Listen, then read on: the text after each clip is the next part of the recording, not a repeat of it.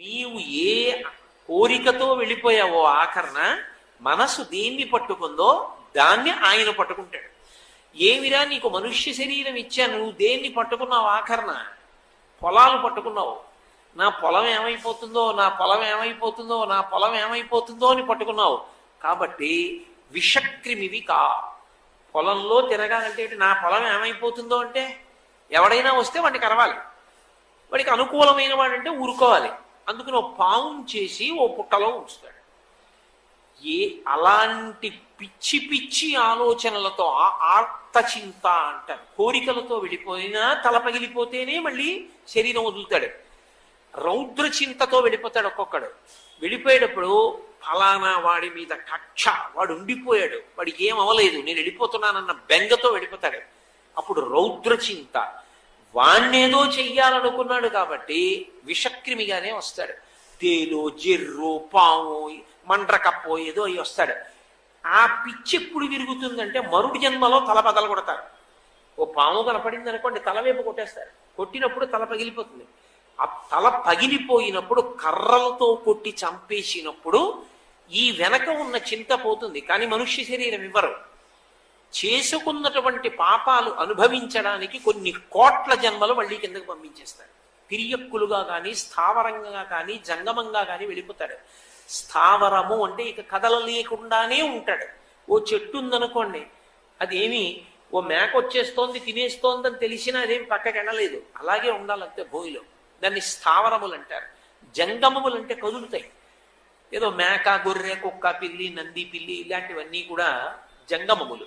స్థావర జంగమాల రెండిటిలో కర్మ చేసే అధికారం లేని ప్రాణిగా వెళ్ళిపోతాడు. అంటే శాస్త్రము గురువు ఈ రెండిటితో సంబంధం ఉండదు. ఇంకా శాస్త్రం చదవడం వినడం సాధ్యం కాదు, కర్మ చెయ్యడం సాధ్యం కాదు. ఈ రెండూ లేకుండా ఇంకేముంటుంది? షడూర్ములను ఉంటాయి, 6 ఊర్ములు, అవి అనుభవిస్తుంటాయి. ఏమిటవి అంటే జననము, మరణము, ఆకలి, దప్పిక, సుఖము, దుఃఖము, లేదా జర, మరణము. ఈ 6టిని కలిపి షడూర్ములు అంటారు. జననము, పుడుతుందో కుక్క, అది పుట్టింది. మరణము, ఏదో ఒకనాడు చచ్చిపోతుంది. దానికి ఆకలి, ఆకలి వేస్తూ ఉంటుంది, వేసినప్పుడల్లా ఏదో ఒకటి వెతుక్కుంటుంది, తింటుంది. అది ఎలా తింటున్నానో అన్నదాంతో దానికి ఏం సంబంధం ఉండదు. అందుకే దానికి పాపము పుణ్యము రెండు ఉండవు. అది ఎంత దారుణంగా ప్రవర్తిస్తుందంటే, ఏదో ఒక కుక్క ఒక ఉత్తముడైనటువంటి బ్రాహ్మణుణ్ణి కరిచేయడం వల్ల ఆయన చచ్చిపోయాడు అనుకోండి. ఇప్పుడు కుక్కకి బ్రహ్మహత్యా దోషం వచ్చిందా అంటే రాదు, ఎందుకంటే అసలు దానికి కర్మాధికారం లేదు. మరి బ్రహ్మహత్యా దోషం దానికి వేస్తే ఆ కుక్కకి పుణ్యం చేసే అవకాశం కూడా ఇవ్వాలి. రెండూ లేవు దానికి. మరి అది ఏం చేస్తూ ఉంటుంది? ఇంతే ఈ షడూర్ములు అనుభవిస్తూ ఉంటుంది. ఆకలి, దప్పిక, జననము, మరణము, శోకము, మోహము, ఏడుస్తూ ఉంటుంది. ఎవడో కర్రటి కొడతాడు, చిచ్చి చిచ్చి ఇంకెప్పుడు తిరగకూడదు అనుకుంటే దూరంగా పోతుంది, పడుకుంటుంది. ఎంతసేపు? కుక్క బుద్ధి అంటారు కదా, 5 నిమిషాలు. మోహము ఏదో ఇంకా మనకన్నా చాలా నయమని చెప్పాలి. నేను అలా అన్నాను కఠినంగా అని మీరు మరోలా అనుకోకూడదు. మీలాంటి పవిత్రమైన వ్యక్తులను ఉద్దేశించి కాదు, నాబోటి వాడిని ఉద్దేశించి నేను చెప్పింది. ఎందుచేత అంటే దానికి కామము కాలమునందు ఒక ఋతువునందు మాత్రమే ఉంటుంది. ఋతువుతో సంబంధం లేకుండా 365 రోజుల కామం ఉండదు. మనుష్యుడు అలా కాదు, 365 రోజులు కాలిపోతూనే ఉంటాడు కామంతో. కాబట్టి దానికి శోకము, మోహము ఈ 6టిలోనే తిరుగుతుంది. మనుష్య ప్రాణి అలా కాదు. ఇప్పుడు మనుష్య ప్రాణిగా మళ్ళీ పునర్జన్మ పొందాడు అనుకోండి, పుణ్యం చాలా చేసి, అప్పుడు వాసనా బలాన్ని తీసుకెడతాడు. వాసనాబలం అంటే ఒక్కొక్కడికి చూడండి. అందుకే అన్నప్రాశన చేసేటప్పుడు ఏం చేస్తారంటే, వీడికి అన్నం పెడుతున్నాం, వీడు అన్నం తిని బలం పొందుతాడు.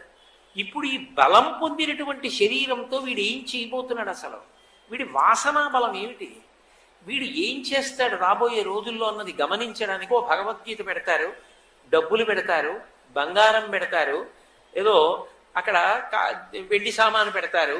ఇలా కొన్ని సామాన్లు పెట్టి పిల్లాన్ని దూరంగా విడిచిపెడతారు. వాడు పాకుతూ పాకుతూ వెడుతుంటే తల్లిదండ్రులకి పెద్ద ఆందోళన, వీడేం ముట్టుకుంటాడో అని. వాడు వెళ్ళి వెళ్ళి వెళ్ళి వెళ్ళి బంగారం ముట్టుకున్నాడు అనుకోండి, వాడికి బంగారం మీద విపరీతమైన తాదాత్మ్యత ఉంటుంది. వాడు ఆకర్షింపబడ్డాడు, లోపల వాసనా బలం ఉంది, గత జన్మలో వాసన తెచ్చాడు. కాబట్టి వీడు బంగారం కోసం ఏమైనా చేస్తాడు. కాబట్టి ఇప్పుడు బంగారం ముట్టుకున్నాడంటే వాడికి చిన్నప్పటి నుంచి రామాయణం చెప్పాలి.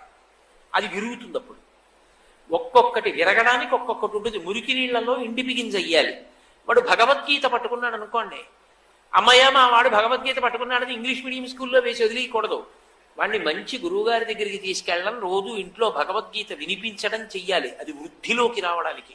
బీజము బద్దలై చెట్టు కావాలి, దానికి అవకాశం ఇవ్వాలి. ఆ వాసనా బలం అన్నది లోపల ఉంటుంది. అందుకే మీరు చూడండి, కొంతమంది చిన్న చిన్న పిల్లలు ఉంటారు, వాళ్ళకి ఎవరూ చెప్పక్కర్లేదు. ఏదో సీతారాం జయ సీతారాం, సీతారాం జయ సీతారాం అన్నారు అనుకోండి, వాడు తప్పట్లు కొడతాడు. వాడికి తప్పట్లు కొట్టు నాన్న భజించి అని మీరేం చెప్పక్కర్లేదు. చెప్పకుండా వాడు ఆ నామం చెప్తే తప్పట్లు కొడతాడు. ఇంకొకడు మీరు అలా నామం చెప్తుంటే తప్పట్లు కొడుతూ చిందులేస్తాడు. ఒక్కొక్కడు చిన్నతనంలో ఒక్కొక్క మూర్తి వంక చూసి అలా తాదాత్మ్యతతో చూస్తూ ఉంటాడు. ఎవడు చిన్నతనం నుంచి అలా చూస్తున్నాడో వాడికి వాసనా బలం కిందటి జన్మలోకి తెచ్చాడు వాడు. అందుకే ఇప్పటికీ మీరు చూడండి, చాలా చిన్న వయసులో వాడికి రాగాలన్నీ తెలిసిపోయాయి అంటారు. అది ఎక్కడదంటే కిందటి జన్మలో సంగీతంలో ఉన్నటువంటి తాదాత్మ్యత, ఆ వాసన వాడికి ముట్టుకోగానే వస్తుంది. ఒక్కొక్కరికి చూడండి, భాగవతం పద్యాలు ఓసారి వింటే చాలు వచ్చేస్తాయి. ఎక్కడదంటే గత జన్మలో ఆయన భాగవతం అలా చదివాడు, అన్ని పద్యాలు ధారణ చేశాడు. ఆయనకి పోతన గారన్నా భాగవతం అన్నా అంత ప్రీతి. ఏ వాసన మనసు ఆకరణ పట్టుకుందో ఆ వాసనకి అనుగుణమైన పునర్జన్మనిస్తాడు. ఒక్కొక్కడు వెళ్ళిపోతున్నప్పుడు ఆఖరి ఊపిరిలో అబ్బా ఏమి రామాయణం రా, ఏమి రామచంద్ర ప్రభురా, ఏమి సీతమ్మ తల్లిరా అని ఆలోచిస్తూ వెళ్ళిపోయాడు అనుకోండి, ఈశ్వరుడు వాడు సాధనని ఇంకా కొనసాగించడానికి వీలుగా మహాపండితుడి కడుపున కొడుకుగా పుట్టిస్తాడు. ఎందుకని పుడుతూనే గురువు మహావిద్వాంసుడు దొరికాడు. ఇప్పుడు అతనికి ధర్మమునందు అనురక్తి పెరుగుతుంది. ఆ అనుష్ఠాన బలం చేత జనన మరణ చక్రము నుండి విడుదల పొందుతాడు. ఇది ఎవరి యందు సాధ్యము అంటే ఒక్క మనుష్య జన్మ యందు. ఈ వాసన అన్ని వేళలా మంచివే ఉండవు, ఒక్కొక్క దాంట్లో చెడు వాసన కూడా ఉంటుంది. ఇన్ని మంచి ఉండనివ్వండి, ఒక్క చెడు వాసన ఉందనుకోండి. చెడు వాసన అంటే నా ఉద్దేశం ముక్కుతో పీల్చేది కాదు, గత జన్మల నుంచి తెచ్చుకున్నటువంటి వాసనలలో ఒక్కటి ప్రమాదకరమైన ఆలోచన ఒకటి ఉందనుకోండి. అన్నీ ఆయనకి ప్రీతే, కానీ ఆయనకి ధనమునందు విశేషమైనటువంటి అపేక్ష. ఇప్పుడు ఏమవుతుందో తెలుసా, ఆయన తనని తాను సంస్కరించుకోకపోతే జ్ఞాన కలునిలోని శారదయువులే. మీరక్కడ తాంబూలం పెడితే తప్ప ఆయన ఏం చెప్పడం, మీరు ఎంత ఇస్తారో చెప్తే తప్ప ఆయన సభకి రాడు. ఏమిటి ఉపయోగం? ఇప్పుడు అమ్ముకోవడానికి అదో వస్తువు అయింది. తాంబూలం పుచ్చుకోండి, తప్పేం లేదు, నేను కాదంటలేదు. వాళ్ళు సంతోషంగా 1000 ఇచ్చారండి, నేను పుచ్చుకున్నానండి, నేనేం తప్పట్టట్లేదు. 10,000 ఇస్తే రామాయణం చెప్తానన్నాను అనుకోండి, చాలా ప్రమాదం అది. అప్పుడు ఏమైంది, రామాయణం తెలుసు కానీ ఆ డబ్బు కోసం రామాయణం తప్ప రామాయణం ధర్మం కోసం కాకుండా పోయింది. ఇలా ఒక్క వాసన చాలు మిగిలిన ఉన్న మంచి గుణాలని పాడు చేస్తుంది. దీన్ని ఎవరు పోగొడతారు అంటే మళ్ళీ దాన్ని చెప్పవలసింది ఎవరికి చెప్పాలంటే భగవంతుడికి చెప్పాలి. దాన్నే శరణాగతి అంటారు. నువ్వు గెలిస్తే మంచిదే. వాసనా బలం దేని చేత పోతుంది అంటే మహాపురుషుల యొక్క స్పర్శ చేత పోతుంది. పెద్దలతో కలిసి తిరిగితే ఆ ఉన్నటువంటి దోషం పోతుంది. చిచ్చి నేను ఇలా బతకూడదు అన్న బుద్ధి ఏర్పడిపోతుంది. రామకృష్ణ పరమహంస అంటారు, ఏనుక్కి ఒక లక్షణం ఉంటుంది, అది నడిచి వెళ్ళిపోతోంది అనుకోండి, ఇలా చెయ్యెత్తి ఆ తొండం ఎత్తి ఓ జాజి తీగ పీకుతుంది. ఇలా ముందుకెళ్ళి అక్కడ వేసి ఉన్నటువంటి ఓ చెట్టు కొమ్మ కిందకి వంచేస్తుంది. అలా విడుతూ అక్కడే పెట్టుకున్నటువంటి అరటిపళ్ళ అత్తలాలు అమ్ముతున్నటువంటి దుకాణంలోంచి అత్తలను తీసి నోట్లో పడేసుకుంటుంది. అదే పక్కన మావటి వెడుతూ అంకుశం పట్టుకున్నాడు అనుకోండి, అది ఇలా తొండం ఎత్తబోతున్నప్పుడల్లా ఇలా అన్నాడు అనుకోండి, కిందకి దించేసి ఊపుతుంది తప్ప దేన్ని పాడు చేయదు. పక్కన అంకుశం ఉన్న మావటి ఉంటే తొండం దింపేసిన ఏనుగులా మహాపురుషులతో కలిసి తిరిగిన సాంగత్య బలం చేత నీలో ఉన్న దుర్మార్గమైనటువంటి వాసనా బలము పాడవకుండా రక్షింపబడతాం. అది ఉద్భుతమవదు. అవడానికి ఒక అభిమానం అడ్డొస్తుంది. నేను ఫలానా గురువు గారి శిష్యుణ్ణి, ఆయన నడవడ ఎలా ఉంటుంది, ఆయన ఎలా ప్రవర్తిస్తారు, అటువంటి ఆయనకి శిష్యుడిగా ఉండి నేను ఇలా ఉండొచ్చా, నేను ఇలా ఉండకూడదు, నేను మార్పు చెందాలి అని ఏ దుష్కర్మ చెయ్యడానికి ప్రయత్నిస్తాడో వాసనా బలంతో, ఆ వాసనా బలం మహాత్ముల యొక్క సంగము చేత విరుగుతుంది. ఇది ఇతర ప్రాణులకు ఎక్కడుంది? ఉండదు. ఒక మహాత్ముడి ఇంట్లో కుక్క అంత మాత్రం చేత సంఘం ఉందని చెప్పి దానికి ఏమైనా వస్తుందా? త్రివేణి సంగమంలో మొసలి, దానికి ఏమైనా స్నాన ఫలితం వస్తుందా? ఎవడు కాలెడతాళ్ళు అదేద్దామని చూస్తుంటుంది. దానికి ఉండదు. ఆ సంఘం వల్ల ఉండేటటువంటి ప్రయోజనం ఒక్క మనుష్య ప్రాణికే ఉంటుంది. అందుచేతనే మనుష్య ప్రాణి తరించగలడు, వాసనా బలాన్ని పోగొట్టుకోగలడు. మనకి భాగవతంలో ఒక లీల, చాలా చిన్న లీల. ఇది ఒక మంచి లేగ వినుడెంతయు నొప్పెడు నంచుడాసి తత్పదములు తోకయన్ బిగియగట్టి చలంగి వెలంగి మానిచో జదిగ నొక్క పెట్టుకుని చంపె కుమారుడు లేగ రెక్కసిన్ గుదులు కొనంగ బాలకులు కోయని అర్వన కర్వలీలతో అంటారు పోతన గారు. ఒక ఆవు దూడ నోటికి బుట్ట వేస్తారు. ఎందుకని అంటే దూడకో లక్షణం ఉంటుంది, రుచి. అది కనపడ్డవన్నీ వెతుకుతుంది. మట్టికి వాసన ఉంటుంది, మట్టి తింటుంది. మట్టి తింటే కడుపులో ఏలుగు పాములు పెరుగుతాయి, పెరిగితే చనిపోతుంది దూడ. అందుకే బుట్ట వేసేస్తారు. రుచి వాసన ఈ రెండిటి నుంచి రక్షించడానికి, రుచి నుంచి రక్షించడానికి ఆవు దూడకి బుట్ట, వాసన వెలగపండు వాసన ఎవ్వరూ ఆపలేరు. అందుకే ఒకసారి కపిద్ధ వృక్ష రూపంలో రాక్షసుడు వస్తాడు, ఆవు దూడ రూపంలో వస్తాడు. ఈ రెండిటినీ ఎవరు చంపుతారంటే కృష్ణుడు చంపుతాడు. అంటే భగవంతుడి పాదముల దగ్గరికి వెళ్ళి ఎవడు శరణాగతి చేసి ఈశ్వరా నేను ఈ దుర్గుణం నుంచి బయటపడలేకపోతున్నానన్న విషయాన్ని అరమరిక లేకుండా త్రికరణ శుద్ధిగా మనసు విప్పి మాట్లాడి చెప్పుకుంటాడో వాడి విషయంలో పరమేశ్వరుడు జోక్యం చేసుకుని ఆ దుర్గుణం నుంచి వాడిని పైకెత్తుతాడు. అలా చెప్పుకోవడం శరణాగతి తప్ప ఊరికే చేతులు కట్టుకుని శ్లోకాలు చెప్పడం శరణాగతి కాదు. ధూర్జటి చేశాడు కాళహస్తీశ్వరుడి దగ్గర దేవాలయాలు అవిని అంటూ. ఆయన ఎవరో వచ్చేట ఉపన్యాసానికి ఎడదామంటాడు. అలా వస్తుంటాడు, ఆయన చెప్తుంటాడు, ఆయనకి ఏం పనే పాడా, హాయిగా టీవీ చూద్దాం అంటూ. అప్పటికప్పుడు లొంగినట్టు ఉంటుంది, అప్పటికప్పుడు తిరగబడుతోంది. ఈశ్వర దీన్ని త్రుళ్ళనచవే, ఈ మనసుని నువ్వే లొంగ తీసుకోవయా, లొంగ తీసుకుని నేను సక్రమ మార్గంలో ఉండేటట్టు చెయ్యి అన్నాడు. అంటే తనకున్నటువంటి దుర్గుణములను పరమేశ్వరుడి దగ్గర మనసు విప్పి చెప్పి ఈశ్వరుడి యొక్క జోక్యాన్ని అభ్యర్థించి ఈశ్వరుని యొక్క అనుగ్రహము చేత తన యొక్క దుర్గుణముల నుండి తాను బయటపడడం కోసం చేసేటటువంటి ప్రార్థనకు శరణాగతి అని పేరు. అటువంటి శరణాగతి చేసి వాసనాబలం నుంచి పైకొస్తాడు, లేదు సాధన చేత పైకొస్తాడు. అరే నేను ఎందుకు చెయ్యాలి ఇలాంటి పని? ఎంతమంది పాడైపోయారు. గురువుగారు చెప్పిన ఒక్క మాట చాలు, మారిపోవాలి అనేటటువంటి ఆర్ద్రత హృదయమునందు కలగాలి తప్ప, ఒకసారి ఆర్ద్రత కలిగిందా అంతే ఆ మార్పు వచ్చేస్తుంది. భూమిలో తడి ఉందా, అందులో వేపగింజ వేశారా, జామగింజ వేశారా, మావి టెంక వేశారా సంబంధం ఉండదు, మొక్కొచ్చేస్తుంది. అసలు అది భూమి కాదు, అది ఇనప పళ్ళెం. దాని మీద ఏ గింజ వేస్తే ప్రత్యుత్పత్తి ఎందుకు వస్తుంది? అందులోంచి అంకురం రాదు. ఆర్ద్రత ఉందనుకోండి, రామకృష్ణ పరమహంస అంటూ ఉంటారు, మేకు తీసుకెళ్లి ఇనపదూలంలో కొట్టారనుకోండి, మేకు వంగిపోతుంది తప్ప మేకు వెళ్ళదు. గోడకి గుల్లతనం ఉంటే మేకు ఎడుతుంది, లేనినాడు ఎందుకు ఎడుతుంది? అసలు మనసులో ఆర్ద్రత అన్నది కొంత ఉందనుకోండి, గురువు గారి ఒక్క మాట చాలు జీవితం మారిపోవడానికి.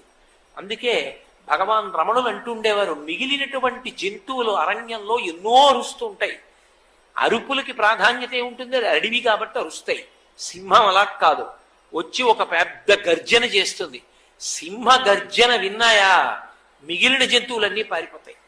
అన్ని జంతువులు పారిపోవడానికి సింహము యొక్క గర్జన ఎటువంటిదో గురువు గారి యొక్క మాట అటువంటిది. వారు నా గురువు అన్న నమ్మకం నీకుంటే గురువు తప్ప, నేను గురువుని అని నేను మెళ్ళో ఓ బోర్డెట్టు కూర్చున్నాను అనుకోండి, నా మాట ఎందుకు పనికొస్తుంది? పనికిరాదు. నేను గురువునా గురువుని కానా అన్నది నన్ను బట్టి ఉండదు, నా యందు మీకున్న గురిని బట్టి ఉంటుంది. ఆయన మా గురువు గారు అని ఒక ఆయన నన్ను గురువుగా స్వీకరించాడు అనుకోండి, నేను చెప్పిన మాటలన్నీ గురువు గారు చెప్పారు రా ఇలాగే బతుకుదాం అని బ్రతుకుతున్నాడు అనుకోండి, అప్పుడు ఆయనలో మార్పు వస్తుంది. మార్పు రావడానికి కారణం శిష్యుని యొక్క గురి తప్ప గురువు యొక్క వైభవం కాదు. గురువు తన వైభవంతో మార్చడు, శిష్యుని యొక్క గురి వలన మారుతాడు. అందుకే నీ గురికి గురువు అని పేరు. గురి లేదనుకోండి, ఏదో కాసేపు శోభానాయుడు గారి నృత్యం చూడడానికి వెళ్ళినట్టు, పంతులు రమగారి పాటలు వినడానికి వెళ్ళినట్టు, ఓసారి ఆధ్యాత్మిక ప్రసంగానికి కూడా వెళ్ళొచ్చేటటువంటి వాడి మనసులో మార్పు ఎందుకు వస్తుంది? ఓపెన్ ఎయిర్ కదండి, కాసేపు గాలి పీల్చుకుందామని వెళ్ళానంటే అందుకు ఎందుకు పనికి వస్తుంది ఆ ప్రసంగం? కాదండి, ఒక్క మాట అయినా విని జీవితం మార్చుకుందామని ఎవరైనా పంతంతో వచ్చాడు అనుకోండి, వాడికి పనికి వస్తుంది ఆ ప్రసంగం. కాబట్టి ఈశ్వరుడు అనకాపల్లి నన్ను ఎందుకు తీసుకెళ్ళాడు అంటే నేనేం చెప్పవలసి ఉంటుంది? ఎవరో ఎక్కడో ఒకడున్నాడు ఆర్తితో ఉన్నవాడు, వాడి జీవితం మారవలసిన అవసరం వచ్చేసింది. నన్ను శాసనం చేశాడు, ఏదో ఒక అడ్డు పెట్టి నువ్వు వెళ్ళి మాట్లాడు. నీ మాటలలో ఒక మాటని దేన్నో పట్టుకుంటాడు, పట్టుకుని మారి ధరించబోతున్నాడు. వెళ్ళు నువ్వని శాసనం చేసి నన్ను పంపుతాడు. ఇంత సభలో ఎవరు మారుతున్నారంటే నాకు కూడా తెలియాలని లేదు, తెలియవలసిన అవసరం కూడా లేదు. అది గురి ఎవరిలోంచి బయలుదేరుతోందో ఆ గురి ఉన్నవాడికి మాత్రమే యువతలవాడు గురువు అవుతాడు తప్ప గురువు గారు అని పిలిచినంత మాత్రం చేత గురువులైపోరు. అందుకే గురువు సైకిల్లో గాలి కొట్టు అని చెప్పి ఆఖరికి సైకిల్ చక్రంలో గాలి కొట్టేవాడిని కూడా గురువు అని పిలిచి ఇచ్చు. అభ్యంతరం ఏముంది? ఎవరిని గురువని పిలవాలో వారిని గురువని పిలవాలి. ఎవరి యొక్క మాటల వలన జీవితం మార్పు చెందుతుందో అలా మాట్లాడి ఆ మాట యందు మనకి గురి ఉంటే ఆయన గురువు. మా గురువు గారు ఎంతటి ప్రజ్ఞాశాలైనా కావచ్చు, నాకంటూ ఆయన మాటల మీద నమ్మకం ఉంటే కదా. మా గురువు గారు ఇలా బ్రతకరా అని ఒక మాట అంటే గురువు గారు చెప్పారు, నాకు అది శరణ్యం, అంతకన్నా నా జీవితానికి ఉద్ధారకం లేదు, ఆయన చెప్పారంటే నేను అలా బ్రతుకుతాను అని నేను విశ్వసించాను అనుకోండి, అప్పుడు గురువు గారి మాట నాకు పనికొస్తుంది. గురువు గారు అయితే పాప అమాయకులు అంటే మా గురువు గారు ఆయనకి ఏం తెలియదండి అన్నాను అనుకోండి, ఇంకెందుకు గురుత్వం? గురువు గారిని పిలవడం ఎందుకు, ఆయనకేం తెలియదు అనడం ఎందుకు? ఇంకో పాపం తప్ప.